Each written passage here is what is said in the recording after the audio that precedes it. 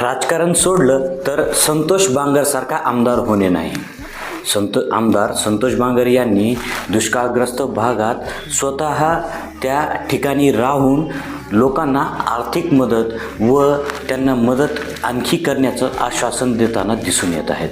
तर त्यांचं हे कार्य जे आहे ते कौतुकास्पद आहे.